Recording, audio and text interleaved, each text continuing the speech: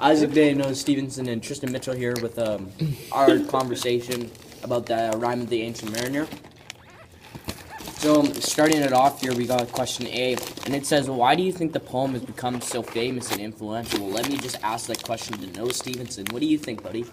I think that the poem has become so influential over the years because it really says a lot about human nature, you know, like the characters. Teaches the lesson.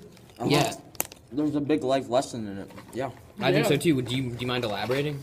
Maybe going into specifics on what the life lesson is? Yeah, for sure. The life lesson, I think, is just how much his life changed and what he learned from doing, like, killing the bird and stuff, like the albatross. Yeah. He learned that all life matters, not just his own life. And I think that's very important throughout the story. And text to world knowledge, like that can relate to climate change here. Oh, yeah. And that stuff. And, like you know, global warming.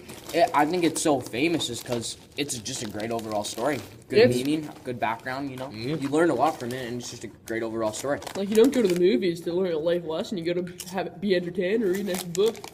You know, I think it does that pretty well, boys. So I say let's hop right back into the questions here and start off with question D, you know. It says, how is Coleridge able to convey the horror of isolation through the use of poetic language? Well, let me talk about this Isaac Day from Powell. He uses it by overemphasizing the words. Like if you look here, it says alone on a wide, wide sea. Well, it says wide to emphasize that it's pretty wide. When you think of the sea, you think of nothingness and just deep and just huge, you know? And darkness, and that kind of just emphasizes the alone. Because if you say alone in your room, well, you know there are people outside, so why does it really matter? You know? It's good. All right. And Steve?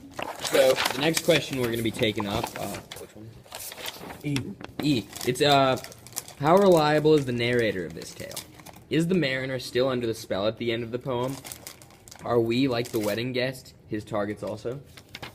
Well, I don't think we could be his targets, because, you know, we're just reading the story. I don't see it. Yeah, that's not what it means. I definitely think we could be one of the wedding guests if we were put in that situation, you know?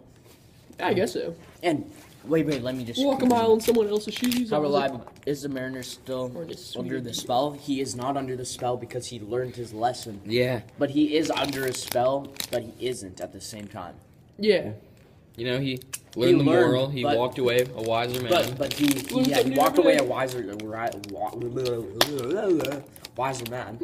And, you know, it's just an overall great story, I think. And I think that's where we're going to end it off here. So yeah, if there's one thing I could say about the whole thing, it's just great that it's story. an overall great story. Overall great story. So, yeah, we'll get back to you on that with a recap here. Overall great story, reliable, and just great. Thank you for listening to us, and that was it.